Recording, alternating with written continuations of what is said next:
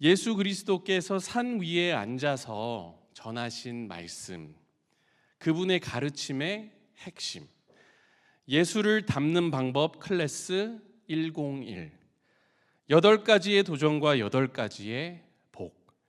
오늘은 그 긴 여정의 마지막 날입니다.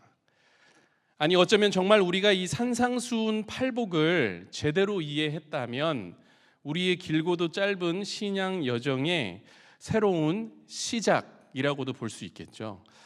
저도 나름 열심히 달려온 것 같고 그동안의 설교에 여러분들이 집중을 해주셨다면 여러분에게도 심심한 격려와 박수를 보내며 시리즈 마지막 설교를 전합니다. 사실 오늘 우리가 읽은 마태복음 5장 10절은 11절과 12절이 뒤에 따라 붙습니다. 같이 읽어야 돼요. 제가 현대인의 성경으로 10절을 다시 읽고 이어서 11절, 12절을 같이 읽어볼게요. 여러분, 이런 내용입니다. 잘 한번 귀 기울여 보세요. 의를 위해 핍박을 받는 사람들은 행복하다. 하늘나라가 그들의 것이다. 나 때문에 사람들이 너희를 욕하고 핍박하고 거짓말로 온갖 악담을 할 때에 너희는 행복하다. 하늘에서 큰 상이 너희를 기다리고 있다. 기뻐하고 즐거워하여라. 이전의 예언자들도 이런 핍박을 받았다. 여러분, 좀 풀어서 얘기하면 하나님의 말씀 따라 살려고 하다가 받는 어려움이 있죠. 이 어려움은 도리어 복이라는 겁니다. 그리고 그 완벽한 모범이 누구였냐 하면 예수 그리스도, 그분이셨어요. 그분이 말씀의 성취로, 말씀 그 자체로 우리에게 오셨기 때문에 그분의 이 땅에서의 삶은 결코 고난과 무관한 삶이 아니었죠. 항상 어디를 가시든지 복이 있었지만 동시에 마찰이 있었습니다. 세상 사람들은 자신들만의 룰북을 갖고 있어요. 온갖 처세술과 인생을 살아갈 법칙들이 많죠. 경쟁에서 살아남을 법을 연구하고 세상 사람들이 설파할 때 그런 한 가운데, 그 군중의 한 가운데 주님이 오셔서 하나님의 룰북을 우리에게 직접 소개하신 거가 예수 그리스도를 이 땅에 보내신 거예요. 나의 사랑하는 자들은 이렇게 살아가면 좋겠다. 너희들이 잘 못 알아듣는 것 같으니까 내가 말씀 그 자체를 육신으로 입고 오신 이분을 너희에게 이제 드디어 소개한다. 이분이 어떻게 살아가는지를 잘 보고 너희들의 모델로 삼아라. 근데 여러분, 주님의 룰북과 세상의 룰북은 참 다른 것 같아요. 그리고 우리가 이 세상에서 살아가는 동안에 주님이 우리에게 주신 룰북보다는 항상 자신만의 룰북을, 또 자신만의 규칙을 갖고 사는 사람들이 숫자와 권력에서 항상 더 우세해 보일 겁니다. 이거는 어쩔 수 없어요. 사실 우리가 여기 문 밖에 설교 듣고 나가면은 매일 경험하는 일상이 그런 일상입니다, 여러분. 그래서 요한복음 1장 5절과 10절을 연결해서 보면 이렇게 나와요. 빛이 어둠에 비치되 어둠이 깨닫지 못하더라. 주님의 룰북이 세상의 룰북이 많은 한가운데로 들어갔으나 세상 사람들이 그 룰북을 보지도 않고 깨닫지도 못하더라. 그가 세상에 계셨으며 세상은 그로 말미암아 지은 바 되었으되 세상이 그를 알지 못하였고. 우리가 말씀을 듣고 또 읽고 또 묵상하고 지켜보려고 애쓰지만 사실 나가면 이 주님이 나에게 주신 말씀이 세상과 뭔가 어울리지 않는다는 걸 우리는 바로 깨닫는 거예요. 퍼즐 조각 하나를 갖고 이런 느낌입니다. 여기저기 돌아다니면서 이게 여기에 맞나? 아닌 것 같은데 여기에 맞나? 이런 모습이랑 비슷한 거예요. 근데 여러분, 이거는 우리만 경험하는 게 아니라 저 2000년 전에 이 땅에 오셔서 직접 이 세상을 대면하신 예수 그리스도께서도 이거를 경험하셨다는 거죠.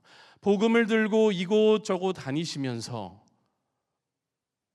물론 사람들이 주님께도 돌아오고 거듭남을 경험하고 구원받는 현장들이 성경에 묘사되고 있죠. 근데 여러분, 그거를 좀 확장해 보십시오. 좀 더 큰 틀에서 보면은 악한 세상의 틀과 죄악된 모습들이 주님을 결국 아프게 했고, 또 주님을 따르고자 나섰던 제자들, 이 제자들 또한 그 틀이 평생 괴롭혔어요.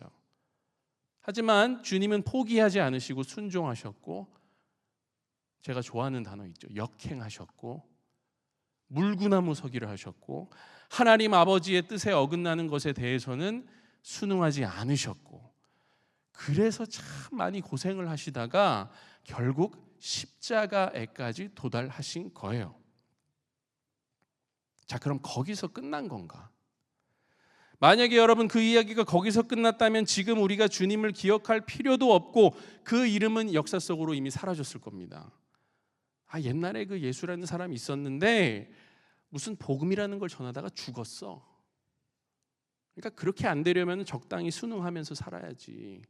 까불다가는 너도 붙잡혀 간다. 뭐 이러다가 말았겠죠. 하지만 여러분, 이야기는 사실 거기부터가 진짜 시작이라고 볼 수 있어요. 그분의 이야기가 우리의 이야기가 될 수 있는 건 십자가 사건이 부활의 사건으로 이어지는 놀라운 하나님의 계획과 약속과 성취가 있었기 때문이죠. 그리고 예수 그리스도는 부활 후에 제자들에게 어떻게 하십니까? 다시 나타나가지고 지금까지 내가 너희들에게 가르쳐 준 거 있지, 그거 기억해. 그리고 그걸 계속해 나가길 바란다 하면서 어떻게 하십니까? 성령을 보내주시죠. 너의 십자가를 지고 갔으면 좋겠어. 무거워 보이지? 알아. 하지만 그렇지가 않아. 오히려 그 반대야. 가벼울 거야. 복음을 버리고 살고자 하면 오히려 죽을 거고, 복음을 위해 죽고자 하면 오히려 살게 될 거야. 기도를 하면 기도의 능력을 알게 될 거고, 전도를 하고 복음을 전하면 복음의 능력을 알게 될 거야. 그렇게 간증을 만드는 삶을 살다 보면 어느 순간 네가 나를 다시 만나는 날이 오겠지. 그러니까 계속 해봐. 계속 가봐. 힘들어도 가봐. 여러분, 이런 삶을 살았던 선교사님 한 분이 계시죠. 정말 주님을 닮고자 애썼던 분, 주님 한 분만 따라가려고 목숨을 다한 분, 여러분 누굽니까? 바울이라는 선교사가 그렇게 살았어요. 주님을 만나고 거듭나 예수 그리스도 안에서 자신의 삶의 진정한 목적을 바울이 발견했을 때, 자신의 삶에 깊이 자리 잡고 있던 세상의 룰북을 바울은 내려놓습니다. 빌립보서 3장 7절과 8절 전반부에 보면 이렇게 말하고 있어요. 그러나 내게 유익하던 그 모든 것을 나는 그리스도를 위해 다 버렸습니다. 더구나 내가 모든 것을 잃어버린 것처럼 여기는 것은 내 주 그리스도 예수를 아는 지식이 훨씬 더 가치가 있기 때문입니다. 바울이 그렇게 다른 거 다 내려놓고 오직 복음만을 들고 에베소라는 도시를 여러분 방문했을 때 어떤 일이 벌어졌는지 혹시 아는 분 계시나요? 그 에베소라는 도시가 참 특이한데 은세공인들이 있어요. 그리고 장인들이 있습니다. 이 사람들이 폭동을 일으켜요. 왜? 바울이라는 한 사람이 그 동네에 오니까 폭동을 일으킵니다. 도대체 왜? 이 백그라운드를 좀 보면은 데메드리오라는 은세공업자가 이 폭동을 주도하는데, 이 사람은 어떤 일을 하는 사람이냐면 여신 아데미의 큰 동상이 이제 에베소에 있었는데 그 큰 동상을 아주 작게 만들어서 모형, 그러니까 모조품을 만들어 가지고 파는 사람이었어요. 그러니까 우상 모양을 만들어서 팔아서 돈을 버는 사람이었던 거예요. 왜냐하면 여러분, 사람들이 이 거대한 아데미 동상을 보려고 사방에서 에베소로 여행을 왔기 때문이죠. 그러니까 여행지고, 여행을 오면 사람들이 이거를 본 다음에 어떡합니까? 하나 사가는 거예요. 기념품 사가듯이. 그들은 이 신을 믿으면 그게 축복, 특히 다산을 가져다 줄 거라고 믿었기 때문에 인기가 좋았던 겁니다. 바울이 그런데 에베소에 이렇게 온다고 하니까 데메드리오는 이거를 이미 알고 있는 거예요. 이 바울이라는 사람이 딱 알레르기 반응이 나오는 겁니다. 바울이 우상 숭배에 대해서 안 좋게 얘기할 거를 아는 거예요. 근데 매출이 깎이면 안 되잖아요. 그죠? 그래서 사람들을 선동해가지고 사도행전 19장에서 그 사람이 이렇게 얘기를 합니다. 여러분, 이 사업은 우리 밥그릇이에요. 장사 잘하고 있는데 바울이라는 사람은 손으로 만든 건 신이 아니라면서 에베소뿐만 아니라 다니는 곳마다 사람들을 설득하고 있어요. 여러분, 이건 안 되죠. 얼씬도 못하도록 해야 됩니다. 사업도 망하고 아데미 신전의 명성도 떨어지면 어쩌려고요? 이거 막아야 돼요. 여러분, 진리가 침투하면 거짓은 당연히 불편한 겁니다. 복음이 늘 좋은 소식이면 좋겠지만 복음 들고 가면 싫어하는 사람들이 있다니까요. 빛이 비치면 어둠 속에서 즐기던 무리들은 이빨을 드러내는 거예요. 바울은 그냥 가기만 했는데 모함하고 박해를 합니다. 시작도 안 했는데. 근데 바울이 가는 곳마다 바울은 이런 일을 경험했다는 거죠. 요한복음 15장 18절에서 19절 말씀, 세상이 너희를 미워하면 너희보다 먼저 나를 미워한 줄을 알라. 너희가 세상에 속하였으면 세상이 자기의 것을 사랑할 것이나 너희는 세상에 속한 자가 아니요 도리어 내가 너희를 세상에서 택하였기 때문에 세상이 너희를 미워하느니라. 이 말씀이 바울에게는 피부로 와닿는 말씀인 겁니다. 근데 여기서 이제 우리가 헷갈려요. 목사님, 그래, 박해라는 개념이 좀 이해가 되려고 합니다. 복음을 가지고 들어가면 박해라는 게 벌어지는 거네요. 알겠습니다. 근데 박해라는 거에 대해서 사람들이 좀 오해하는 경우가 있는 것 같아요. 여러분, 내가 너무 말을 과하게 하거나 내가 너무 간섭을 하거나 내가 복음을 너무 이렇게 공격적으로 전해서 사람들이 왜 이렇게 강요하냐고 거부 반응을 보이면서 부정적으로 반응하는 거, 여러분, 이건 박해가 아니에요. 그건 내 방법에 문제가 있는 거죠. 그런 사람도 있습니다. 자기 거 다 챙겨요. 이득 볼 거 다 봅니다. 근데 말로는 뭐라 그래요? 이거 하나님의 뜻입니다. 그렇게 해서 전하고 복음을 전한다고 하는데 사람들이 거부하는 거예요. 그리고 그거를 박해라고 착각해. 그건 여러분 박해가 아니라 그 사람이 복음을 자신의 이익을 위해 이용하려고 하는 거기 때문에 잘 안 되는 거죠. 성령께서 역사하시지 않는 겁니다. 그러니까 여러분, 복음과 폭력성, 복음과 나의 의, 복음과 억지, 복음과 이기심, 이렇게 세트로 만들어가지고 내보내면 누가 그걸 받아먹고 누가 그걸 소화시키냐고요. 복음과 온유함, 복음과 하나님의 뜻을 구하는 내 마음, 복음과 인내, 복음과 포용적인 사랑의 자세, 이렇게 하는데 내 얼굴에 침을 뱉는다? 그게 박해인 거예요, 여러분. 우리는요, 여러분, 공격적으로 행동하도록 부름받지 않았어요. 우리는 어리석게 행동하도록 부름받지 않았습니다. 우리는 이기적으로 행동하도록 부름받지 않았어요. 우리는 이 기독교 신앙을 과시하도록 부름받지 않았습니다. 역설적이지만 사실 우리는 박해를 자극하는 어떤 일도 해서는 안 되는 거예요. 하지만 예수 그리스도를 내가 닮아가면 닮아갈수록 박해가 불가피해지는 순간들이 온다는 거죠. 이거를 우리가 잘 구분해야 됩니다. 사실 여기서 설교를 딱 끝내면 깔끔합니다. 시간도 짧고. 근데 여러분, 이런 분들을 위해서 제가 조금 더 가보려고 해요. 아니, 목사님 무슨 말인지는 알겠는데 21세기에 박해라는 말은 좀 살짝 거부감이 들어서, 그 정도로 나는 복음을 생각하는 사람은 아니어서, 나는 바울도 아니고 예수는 더더욱 아닌데요.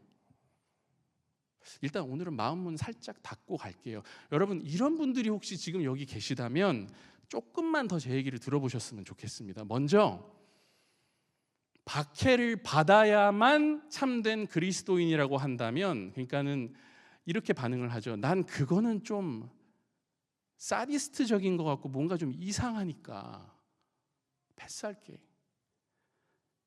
근데 여러분, 다시 말씀드리지만 이게 오해라는 거예요.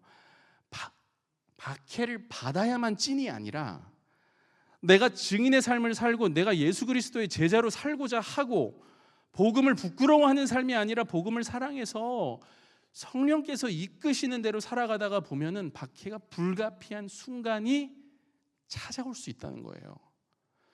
이거를 여러분 좀 더 적나라하게 표현해 볼게요. 여러분, 욕먹으면은 찐이니까 욕먹을 짓을 골라가면서 하는 게 그리스도인이 아니라는 거예요. 거꾸로입니다. 찐으로 살아가다 보면 욕을 먹을 날도 오는데 그래도 찐으로 살아가기를 고수하는 게 그리스도인의 모습이라는 거죠. 다음으로 여러분, 그렇게 우리에게 오는 박해라면 우리가 좀 마음을 열고 가는 것도 중요한 게 이 주제에 대해서 그렇게 해서 받게 되는 박해는 우리를 좀 더 다듬어 주기도 합니다. 우리에게 명확한 초점을 주기도 해요. 그런 일이. 베드로전서 1장 6절 7절에 그런 말씀이 있어요. 우리가 믿는 자로 살다가 시련을 당하는데 그게 주님이 우리의 믿음을 단련하는 수단이라는 거예요. 산상수훈, 팔복, 마태복음 5장 3절부터 10절까지 여러분 우리가 같이 봤잖아요. 이 한 줄 한 줄 한 줄 8줄 이게 다 여러분 쉬운 게 어디 있어요, 이게. 그러나 삶의 한 절이라도 내가 그분을 닮기 원하네 하는 그 찬양처럼 그 소원을 갖고 내가 살아갈 때 우리의 영적인 초점이 더욱 샤프해질 수밖에 없다. 마지막으로요, 여러분, 우리가 머물러야 하는 곳은 박해 그 자체가 아니라고 말씀드리고 싶어요. 박해에 머물고 박해를 즐기고 박해만 바라보고 있으면 그거야말로 정말 이상한 거예요. 박해를 통해 샤프해진 우리의 영적인 초점을 어디로 이동해야 하는가, 이게 중요한 거죠. 우리에게 시선을 고정하고 계신 주님께로 우리의 시선을 옮기는 것, 이것이 여러분 중요한 겁니다. 슬프다고 슬픔만 바라보고 있는 게 아니라, 힘들다고 힘든 상황에만 나의 초점을 두는 게 아니라, 아프다고 내 상처만 바라보고 있는 게 아니라 그 지점에서 고개를 드는 거죠. 여러분 그런 찬양 있잖아요. 눈을 들어 산을 보아라, 너의 도움 어디서 오나, 천지 지으신 너를 만드신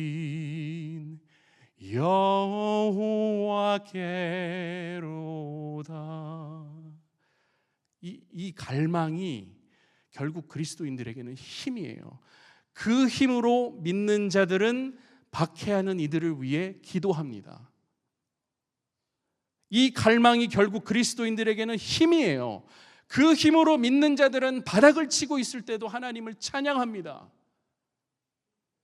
이 갈망이 결국 그리스도인들에게는 힘이에요. 그 힘으로 믿는 자들은 믿음을 저버리지 않고 경주를 마치고자 달려갑니다. 이 갈망이 결국 그리스도인들에게는 힘이에요.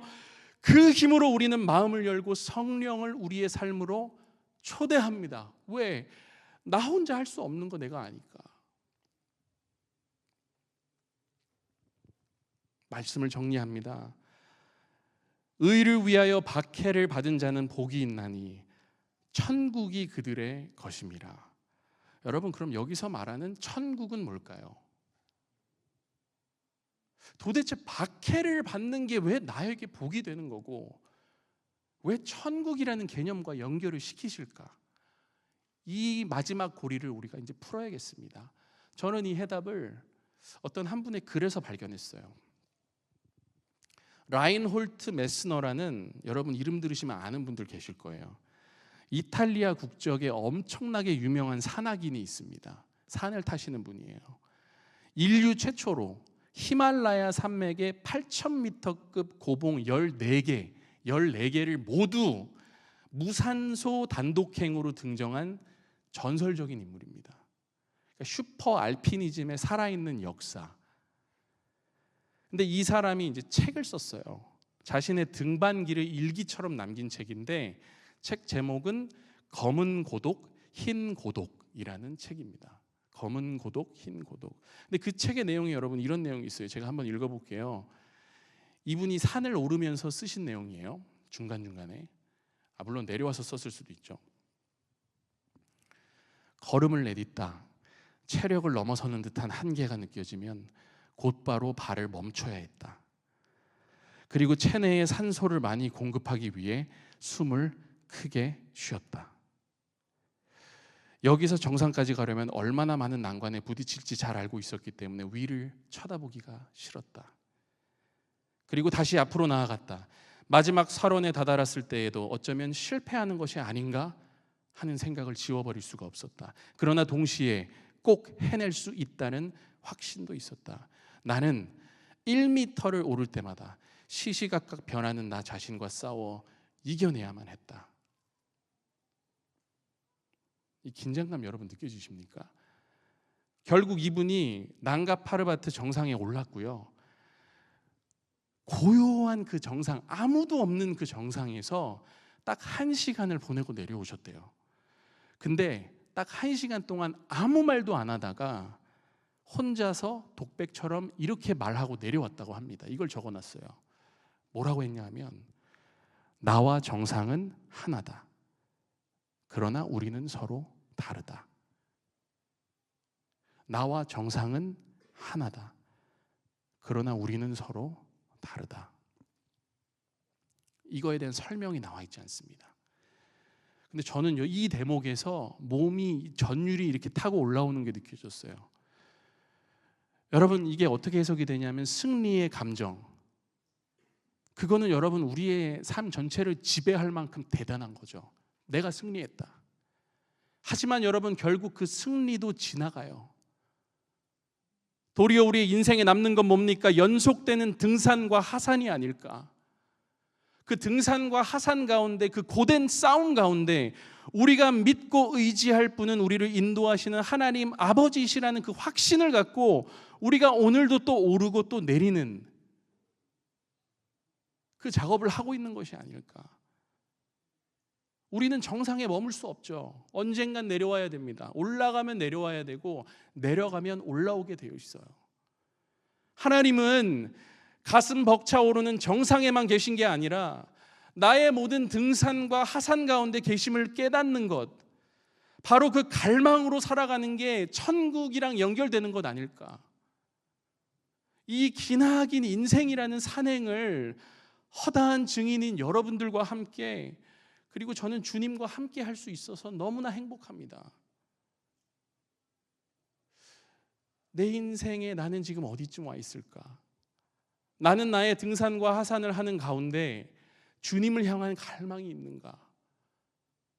그리고 내가 눈을 돌려서 내 옆에 있는 동역자들과 함께 기도하는, 사랑하는 사람들을 얼마나 생각하고 있는가? 그리고 주님이 나랑 항상 함께 동행하신다는 것을 내가 알고 있는가? 여러분, 이것을 깨닫는 순간 그 지점이 우리의 천국과 연결되는 줄 믿습니다.